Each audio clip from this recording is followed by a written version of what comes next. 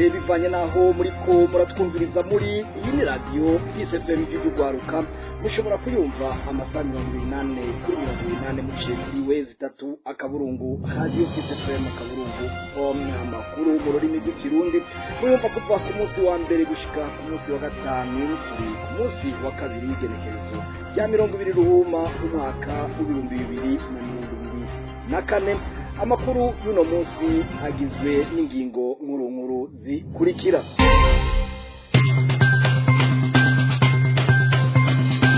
Alphonse Rugambara aravuga ko umusirikare afise uburenganzira bwo kwanka itegeko ribi ni nyuma yaho abasirikare b'u Burundi baguma bagandagurwa bazira kwanka kwita mu ntambara ya M23.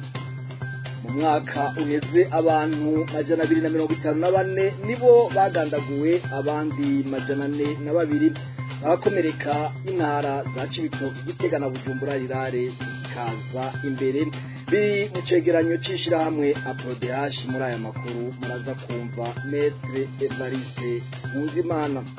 Parseme nayo risaba ko leta yoshinga ikigo cigenga gikurikiranira hafi ibikorwa bya Sojeas Atome kuko usanga muri leta acavamwo ababurabuza iyi sosiyete navyo muca muvyumva muri aya makuru. Aya makuru mukaba mugira muyashikirizwe na jewe Viator Tori aragira Mungu kaba ndiko ndafashwa mu buhinga bw'ivyuma na Yves Irakoze kaze neza.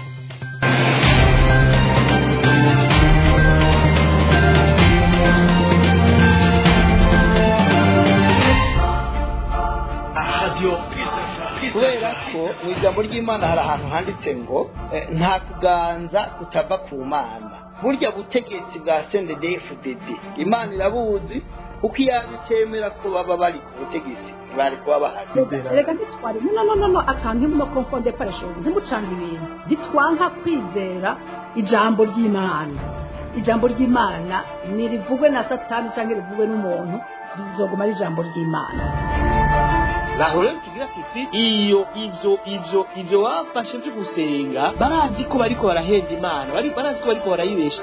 Imana ntibeshwa woroha gufata abantu ukagahita abashikiranganje bose ukabatwara ukabamara indwi yose cyangwa iminsi 3 cyangwa umunsi umwe. Nta bintu bafite bakora vyotuma batunganya iki igihugu kikava mu kene. Ndongera bivuze ko ingoma ya CNDD-FDD igiye gukongomboka mu Burundi ntizongera kubaho. CNDD-FDD umugabo utazokongera kwitwa umuganga mu Burundi ku buryo bazohaba ngo harabaye CNDD-FDD yakozeho nyabwoba. Radio Kisafa. Amakuru tuyahere mu by'agateka kazina muntu aho mu Burundi kahungabanye cyane mu mwaka w'2023 abantu 402 baragandaguwe 254 barakomeretse kandi cyane hakaza imbere intara za Bujumbura rirare Cibitoke na Gitega nkuko biri mu cegeranyo baheruka gushira ahabona. Ibi bishikirizwa na Maître Evariste Nkuzimana ajejwe igisata cyo kumenyesha makuru mwishira hamwe APRODH. Tumukurikire. Ishira hamwe APRODH nkuko ryama ryabikoze ryarasohoye icegeranyo cyo mu mwaka w'2023 yerekana uko agateka kazina muntu kifashe mu gihugu cy'u Burundi. Gihejeje kuraba muri rusangi uko igisata cy'umutekano cya politike cyangwa cy'imibano cyasanze abantu bashika 402 barishwe 254 barakomeretse.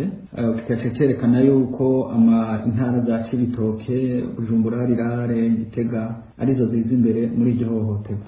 Abagirizwe ivyo vyaha harimo abajejwe intwaro, imbonerakure, urwego rw'igendereza, abajejwe umutekano, abapolisi canke abitwaje ibigwanisho. Icyo cegeranyo kandi kiragaruka ku ihohoterwa rimwe no kuvuga torture aho abantu 59 aribo bahohotewe bikomeye aribyo bita torture. Icyo cegeranyo kandi kiragaruka mu ihohoterwa rifatiye ku gitsina. Twasanze abantu bashika 126 barahohotewe bifatiye ku gitsina, muri abo 86% ari abafashwe ku nguvu. Icyo cegeranyo kandi kiragaruka ku gisata c'amabohero aho twasanze abantu bashika 13,646 aribo bafunzwe, muri abo 6,713 bafunzwe iby'agateganyo hamwe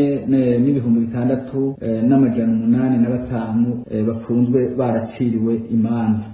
Twasanze amabohero afise ubwinshi gushika ku bice 317 n'ibice 79%. Ico cegeranyo rero kirangiza nkuko cyame bisabye, kirangiza gisaba leta y'u Burundi n'inzego zijejwe gufata ingingo ko zofata ingingo zose zishoboka kugira ngo zigabanye ubwinshi bw'abanyororo mu kurekura abanyororo bafungiwe vya politike, abafungiwe ibyaha bito bito kugira baburane bidegemvya, n'izindi ngingo zose zishoboka kugira ngo ubwinshi bw'abanyororo bugabanuke. Twasaba kandi akarere Burundi buhurikiyemo ko bogondoza leta y'u Burundi ikemera ibiganiro bihurikiyemo bose. Tukarangiza dusaba abanyagihugu ko boguma bafatanye mu nda. Uwo akaba yari Maître Evariste Nkuzimana ajejwe kumenyesha amakuru mu ishirahamwe Apoderage.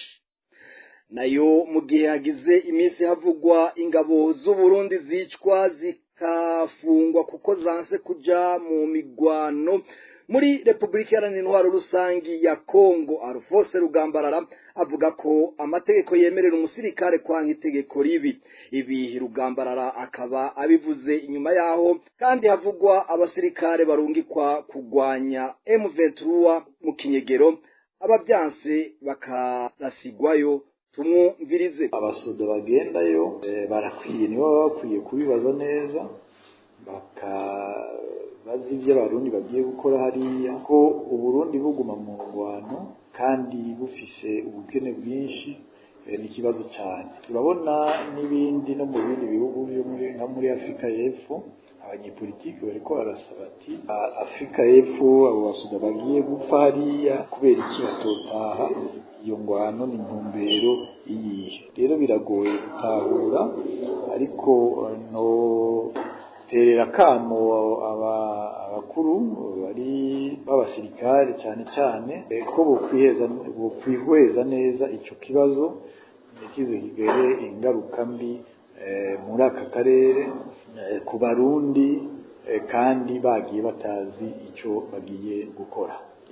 Ivyo navyo biragoye kuko igisirikare kirafise amategeko, ariko turazi yuko iyo ibyo bita ordre illégal mu France itanzwe, umusirikare afise uburenganzira bwo kuvuga ati ordre sidayikora. Ivyo nivyo tuzi bihari mu mategeko, ariko rero no kuraba neza yuko abasirikare boteba babona bagira ingufu zikwiye zo kubwira abakuru babo iyo ngwano nukuri ngitwoyijamo. Ikindi ca kabiri, hari amategeko twibaza ko yarenzwe ko bateye ingwano ahandi mu kindi gihugu, inama nshinga amateka itegerezwa kubiha uruhusha. Rero abo basoda barafise uburenganzira nabo nyene bwo gusaba inama nshinga amateka yuko yoraba ico kibazo kugira ngo barabe ko amategeko yubashwe, ntibaze barafungwa kandi amategeko abagenga atubashwe. Uwo akaba yari Alphonse Rugambarara asanzwe akurikiranira hafi ingorane z'akarere. Ayavugwa mu karere, leta y'u Rwanda ivuga ko yafashe ingingo zo gukomeza uburyo bwo kwivuna ibitero vyo mu kirere, inyuma yaho iboneye ko Republika Iharanira Intwaro Rusangi ya Kongo isigaye ikoresha utudege tutagira abadereva, drone, rimwe na rimwe tukavogera ikirere cy'u Rwanda. Biri mu itangazo ubushikiranganji bw'imigenderanire n'ayandi makungu bwashize ahabona kuri uyu w'Imana kugira busigure aho leta y'ico gihugu ihagaze ku kibazo c'umutekano mu karere, hamwe n'ibijanye n'umuhari M23. Jo Philibert Karangwa arakomeza. Muri iryo tangazo leta y'u Rwanda iranegura leta zunze ubumwe za Amerika kwirengagiza ukuri kubiriko birabera muri Republika Iharanira Intwaro Rusangi ya Kongo. Ni nyuma yaho ku munsi wa gatandatu uheze leta ya Amerika yasabye u Rwanda guhagarika gufasha abarwanyi b'umugwi wa M23. Leta y'u Rwanda ivuga ko leta ya Republika Iharanira Intwaro Rusangi ya Kongo ariyo ntandaro y'intambara zasubiriye gukara cane mu buseruko bw'ico gihugu. Ivuga ko byatewe nuko leta y'ico gihugu yongereje ku buryo bugaragara ibikorwa bya gisirikare mu ntara ya Kivu ya ruguru, kandi bikanagaragara yuko ihangiro ry'ivyo bikorwa ari ukwirukana ku butaka bwa Kongo umuhari M23 n'abasivile bo mu bwoko bw'abatutsi b'abakongomani kugira bomokere mu bihugu bibanyi. Mu gukomeza ivyo bikorwa leta y'u Rwanda ivuga ko leta ya Kongo haciye igihe izanye indege zitagira abadereva yakuye mu Bushinwa zizi nka CH4.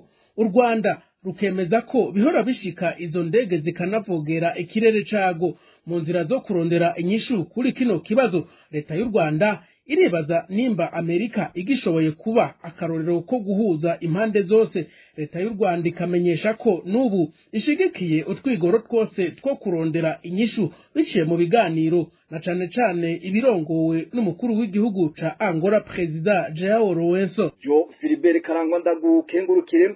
Igihugu cy'u Rwanda ngo na karorero keza abarundi bofatira ko mu byo kuvugana ukuri n'ukurekuriranira. Ni nyuma yaho hateguwe inyigisho kugwaruka ruba mu Rwanda n'abandi batandukanye kubijanye no kubigisha neza akahise ku Burundi, bivugwa na Ferdinand Ndayiragije arongoye ishirahamwe Forum pour la Mémoire Vigilante ariryo ryari ryateguye izo nyigisho. Tumukurikire. Twasanze impunzi z'abarundi zikeneye kwicarana zikayaga zikigishanya ibintu bijanye na kahise, bakavugana ukuri kubera hari ukuri kutazwi kunyegejwe.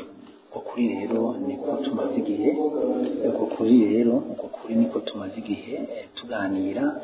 Twabikoreye mu ikambi y'impunzi ziri Mahama, twabikoreye mu majepfo y'u Rwanda mu mpunzi zihuye, twabikoreye mu mpunzi z'imuhanga, none ubu munsi wa nyuma twabikoreye i Kigali. Ni activité igikorwa kimaze imisi ibiri cabaye ejo, no munsi turagishoje i Kigali. Umwizero urahari, umwizero tuvoma kuri iki gihugu kiduhaye indaro. Twaragize Imana dongera mu gihugu ciza, igihugu gifise umuco, igihugu gifise les valeurs zose zikenewe. No kuvuga ngo muri iki gihugu ibintu bijanye n'ukuri barabishira imbere. Muri iki gihugu barashizeho ikintu gikomeye udasanga ahandi, cyo gusaba imbabazi no kuzitanga. No kuvuga ngo bafite umuco wo gutanga imbabazi. No kuvuga ngo rero impunzi kenshi ziba zahuye n'ibibazo, ziba zahunze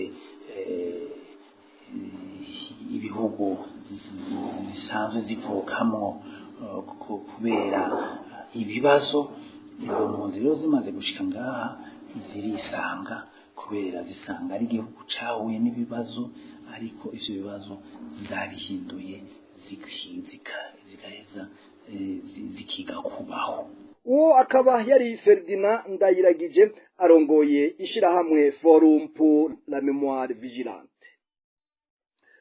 Umushikiranganje mu vyajejwe harimwo inyubako za leta n'uburaro bwa bene gihugu aheruka kumenyesha ko hoba hari amakosa yakozwe n'ishirahamwe rimaze igihe ryubaka amabarabara mu Burundi.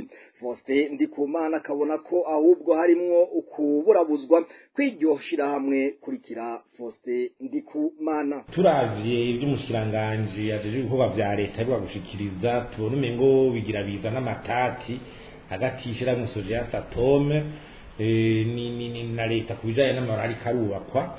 Ubwa mbere hoho parseme umwihezi ibona iravyo bintu kubera inabikurikiranira na hafi ishirahamwe Sojeas Atome ni ishirahamwe imaze imyaka irenga 15 riko rakora ibikorwa amabarabara ariyubaka ugaca twibira tuti none Sojeas Atome nta shirahamwe ishobora kuzararonka isoko ryo gukora amabarabara angana gutya ata yindi maison de surveillance iraba ibikorwa vyengene iri kurubaka amabarabara ahantu hose ku mainfrastructure akomeye niko bigenda iyo maison de surveillance niyo yakize ziratanga rapport nayo kugira irabe yuko ibikorwa biriko birubakwa ari ibikorwa bizima cyane ayo mabarabara yagiye arakigwa restitution bashobora yuko ngo tubameze neza mu minsi iheze restitution y'amabarabara yoba yakirwa n'abahe bakoze muri ubwo bushikiranganje bw'ibikorwa bya leta none bakira amabarabara batasuzumwe neza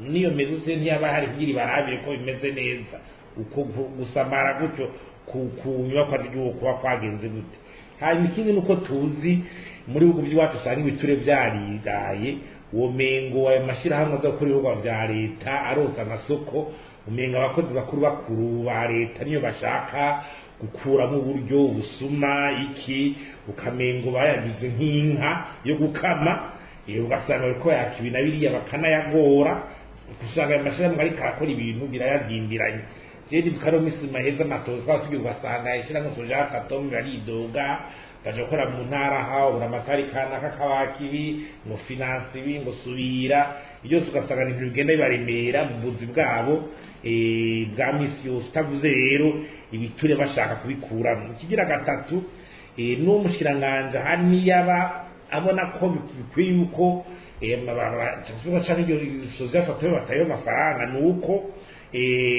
yarungitse abakozi b'ubushiranganje ngo baze kubiraba kandi ari babandi bari batumwa biraba n'ubundi kubwa parseme iki bikorwa vya Sojeas Atome ni vyinshi bagasaba ko shingwa ishirahamwe ryigenga rikurikiranira hafi ivyo bikorwa hako leta iguma ivyiruka inyuma n'ubunyene tumwumvirize hotuma habe cyo bita une maison indépendante y'ubutunzi kirabuze nyene ho kigo cigenga hari za Sojeas de l'État izo za Cour des comptes canke enquête igwa n'abashinga amateka uburyo bukabura kugira bashoboye kugira enquête indépendante yerekana neza ivyo bintu aho byabereye ababifitemo uruhara hama bakiga guhana kuko sino wavye iba mu Burundi amainfrastructure bari karubakwa ingena amari myanya muremure ingena dahera ayaheza kubakwa nabi kandi ari byo ko barasohoka urabona neza ko ari umugambi waragiye kugira abakozi ba leta